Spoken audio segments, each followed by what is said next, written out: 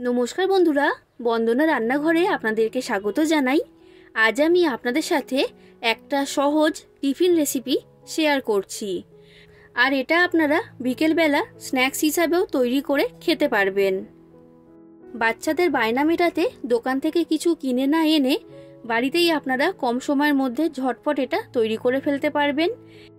এটা দেখতে যতটা সুন্দর, খেতেও হয় তেমনই খাস্তা আর মুখরোচক স্বাদের। একবার বানিয়ে খাওয়ালে বারবার রিকোয়েস্ট আসবে এটা তৈরি করার জন্য। শুধুমাত্র বাচ্চারা নয়, বড়রাও এটা খেতে খুবই পছন্দ করবে। আর এটা স্কুল টিফিনেও আপনারা তৈরি করে দিতে পারবেন।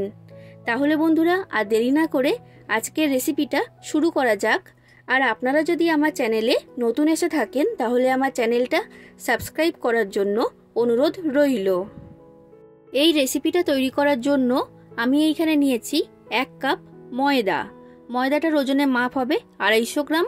আর আপনাদের কাছে যদি ময়দা না থাকে, ময়দার পরিবর্তে আটা দিয়ে এটা তৈরি করতে পারবেন, কোনো রকম অসুবিধা হবে না। এবার ময়দার মধ্যে আমি দিয়ে দিলাম লবণ স্বাদ অনুযায়ী। এরপর দিয়ে দিচ্ছি 3 চামচের মতো সাদা তেল। তেলটা আমি এখানে ময়ন হিসাবে ব্যবহার করেছি। এবার তেলটাকে ময়দার সাথে আমি ভালো করে মিশিয়ে নিচ্ছি। তেলটা একটু বেশি দেওয়ার কারণে এটা খুবই খাস্তা তৈরি হবে। তো দেখুন বন্ধুরা, তেলটাকে ভালো করে মিশিয়ে নিয়েছি।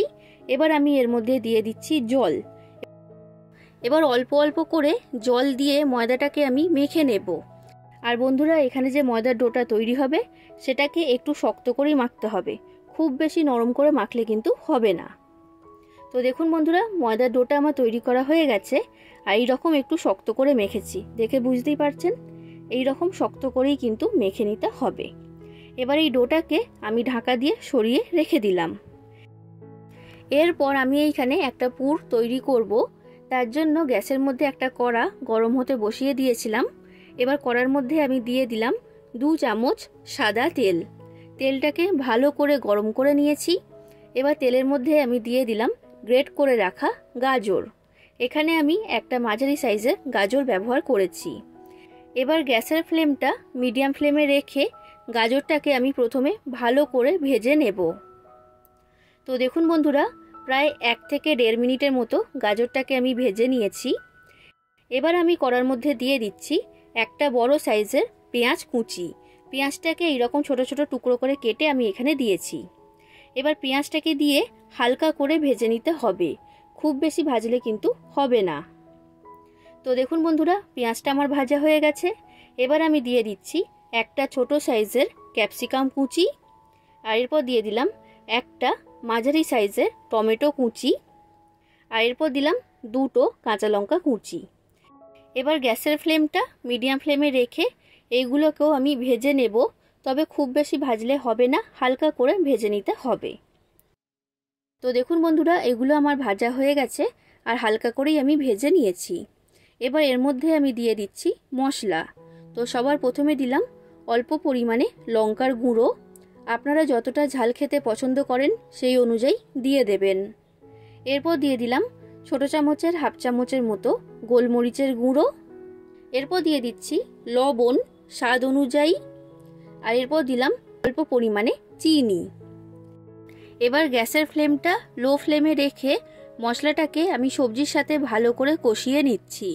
আর এটা কষানোর সময় কিন্তু কোনোভাবেই জল ব্যবহার করলে হবে না, জল ছাড়াই এটাকে কষিয়ে নিতে হবে।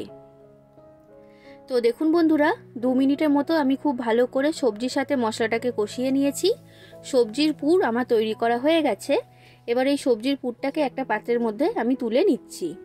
এখন এই পুরটাকে সম্পূর্ণ ঠান্ডা করে নেব, তার জন্য এটাকে আমি সরিয়ে রেখে দিলাম। এরপর দেখুন বন্ধুরা, আমি এইখানে যে ময়দার ডোটা তৈরি করেছিলাম সেটা আমি নিয়ে নিয়েছি। এবার এই ডোয়ের মধ্যে থেকে লেচি কেটে নেব।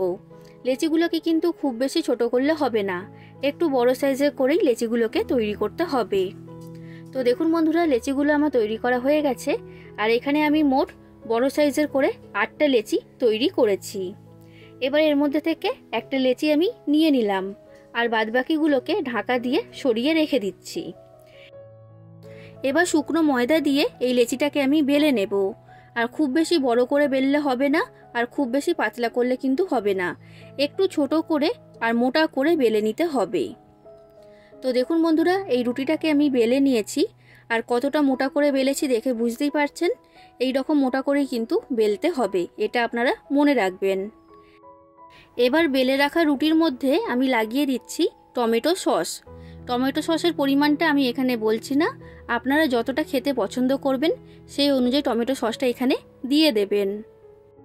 এরপর আমি এর মধ্যে দিয়ে দিচ্ছি তৈরি করে রাখা সবজির পুর। সবজির পুরটা সম্পূর্ণ ঠান্ডা হয়ে যাবার পর এখানে ব্যবহার করতে হবে। তো পরিমাণ মতো সবজির পুর আমি এর মধ্যে দিয়ে দিয়েছি। এরপর আমি এর মধ্যে দিয়ে দিচ্ছি চিজ। এবার চিজটাকে একটা গ্রেটারের সাহায্যে গ্রেট করে আমি এখানে দিয়েছি। আর চিজের পরিমাণটা আমি এখানে বলছি না, আপনারা যতটা পরিমাণে চিজ দিতে পছন্দ করবেন সেই অনুযায়ী দিয়ে দেবেন। তো চিজ আমি এর মধ্যে দিয়ে দিয়েছি। এবার এটাকে মুড়ে আমি মুখটা বন্ধ করে দিলাম। এবার আঙুল দিয়ে চেপে চেপে এই ধারগুলোকে ভালোভাবে আটকিয়ে দিচ্ছি, না হলে ভেতর থেকে পুরটা বাইরে বেরিয়ে যাবে। এবার দেখুন বন্ধুরা, দেখতে সুন্দর তৈরি করার জন্য আমি এখানে নিয়েছি একটা কাঁটা চামচ। এবার কাঁটা চামচের সাহায্যে এই ধারে একটা ডিজাইন তৈরি করে দিচ্ছি। এইভাবে করে দিলে দেখতে খুবই সুন্দর লাগে, আর এটা খুব ভালো মতো আটকিয়ে যাবে। দেখুন বন্ধুরা, খুব সুন্দর একটা ডিজাইন তৈরি হয়েছে। এটা আমার তৈরি করা হয়ে গেছে। ঠিক একই রকমভাবে আমি আপনাদেরকে আরও একটা তৈরি করে দেখাচ্ছি। এই সময় বলে রাখছি বন্ধুরা, এই রেসিপিটার আমি নাম দিয়েছি খাস্তা পিৎজা পরোটা। তো এই খাস্তা পিৎজা পরোটাগুলো খেতে দুর্দান্ত স্বাদে তৈরি হয়। আপনারা বাড়িতে অবশ্যই একবার তৈরি করবেন। আর এই রেসিপিটা যদি আপনাদের ভালো লাগে তাহলে অবশ্যই লাইক করে দেবেন, শেয়ার করে দেবেন, কমেন্ট করে জানাবেন কেমন লেগেছে রেসিপিটা। আর আমার চ্যানেলটা যদি এখনও পর্যন্ত সাবস্ক্রাইব না করে থাকেন তাহলে অবশ্যই আমার চ্যানেলটাকে সাবস্ক্রাইব করে দেবেন।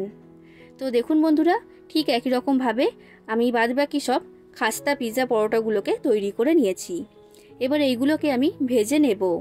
এবার এইগুলোকে ভাজার জন্য গ্যাসের মধ্যে কড়াইতে পরিমাণ মতো সাদা তেল গরম হতে বসিয়ে দিয়েছিলাম। তেলটাকে ভালো করে গরম করে নিয়েছি। এবার গরম তেলের মধ্যে আমি তৈরি করে রাখা পরোটা দিয়ে দিলাম। এবার গ্যাসের ফ্লেমটা লো ফ্লেমে রেখে এই পিৎজা পরোটাগুলোকে ভেজে নিতে হবে, তবেই কিন্তু এগুলো খাস্তা তৈরি হবে। হাই ফ্লেমে বা মিডিয়াম ফ্লেমে রেখে ভাজলে এগুলো কিন্তু খাস্তা তৈরি হবে না। তো দেখুন বন্ধুরা, এইভাবে উল্টে পাল্টে আমি খাস্তা পিৎজা পরোটাগুলোকে ভেজে নিচ্ছি। দেখুন বন্ধুরা, আমি আপনাদেরকে দেখাচ্ছি পিৎজা পরোটাগুলো আমার ভাজা হয়ে গেছে, আর এগুলো কতটা খাস্তা তৈরি হয়েছে দেখে বুঝতেই পারছেন। এবার তেলের মধ্যে থেকে এগুলোকে আমি তুলে নিলাম। আর ঠিক একই রকমভাবে আমি বাদবাকি সব পরোটাগুলোকে ভেজে নেব। তাহলে বন্ধুরা, আপনারাও বাড়িতে এইভাবে খাস্তা পিৎজা পরোটা তৈরি করুন। আশা করছি আপনাদের সকলের রেসিপিটা খুবই ভালো লেগেছে। আর এই রকম নতুন নতুন রেসিপি পেতে আমার চ্যানেলটাকে অবশ্যই সাবস্ক্রাইব করে দেবেন। আজ আসি বন্ধুরা, আবার দেখা হবে অন্য কোনো দিন অন্য কোনো রেসিপির সাথে। ধন্যবাদ।